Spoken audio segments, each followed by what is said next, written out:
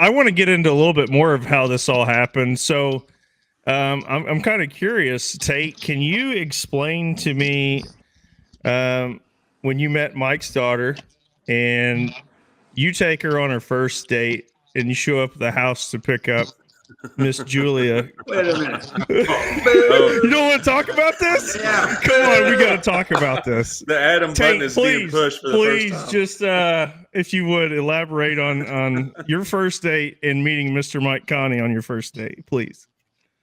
Was there a shotgun involved? I feel like you've heard this. No, I haven't actually. I was just told to ask by somebody.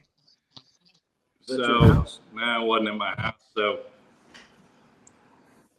me and Julia call each other, blah, blah, blah. So, a couple of weeks before, I hit a deer in my truck. Okay. The front end was all smashed up and beat in. And so I come pulling up to Mike's house, and I'm nervous as hell. My hands are sweating. And I get out, and I got ratchet straps holding my bumper on my truck and shit like that. And lo and behold, as soon as I pull in and get out, he comes around the corner of the barn on his lawnmower, and I'm like, oh, shit.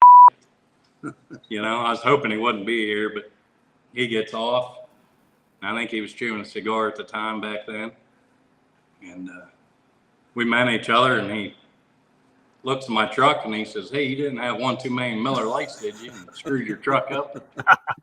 I laughed, and I said, no, sir. I'm just here to take your daughter on a date. My truck's a little beat up. And he kind of chuckled and said, my daughter's in the house. And then I think we went. No, you forgot. I asked you if you had a job. Yes. Excellent qualifying question. So, what are you saying, Mike? What are you saying, Mike? That he shows up in this beat up truck, and you're like, does this guy need a job or something?